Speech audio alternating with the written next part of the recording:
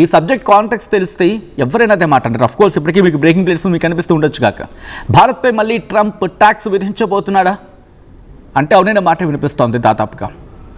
ఎంతో తెలుసా ఈసారి అంత 1-2 పెంచితే ఎలా, ఏకంగా 500% పెంచాలట. 500% పెంచేందుకు గ్రీన్ సిగ్నల్ ఇచ్చినట్టుగా తెలుస్తోంది. యుక్రెయిన్తో యుద్ధం చేస్తున్న రష్యాతో చమురు కావచ్చు, లేకపోతే ఇటు యురేనియం కావచ్చు, ఇవెవ్వరు కొనుగోలు చేసినా వీళ్ళ మీద 500% ఇటు టారిఫ్స్ విధిస్తాడట. యుక్రెయిన్తో యుద్ధం చేస్తున్న రష్యాతో చమురు కొని నిధులు సమకూరుస్తున్నారు. అందులో భారత్ ఉంది, చైనా ఉంది, బ్రెజిల్ ఉంది. వీళ్ళ మీద ఉక్కుపాదం మోపాల్సిందని చెప్పి ట్రంప్ భావించాడట. ఇంకే ఉంది, రష్యాపై ఆంక్షలు విధించే బిల్లుపై ట్రంప్ సిగ్నేచర్ చేశాడు. యుక్రెయిన్పై పుతిన్ చేస్తున్న రక్తపాతంలో భారత్కు భాగం ఉందంటూ గతంలో చెప్పుకొచ్చాడు ట్రంప్.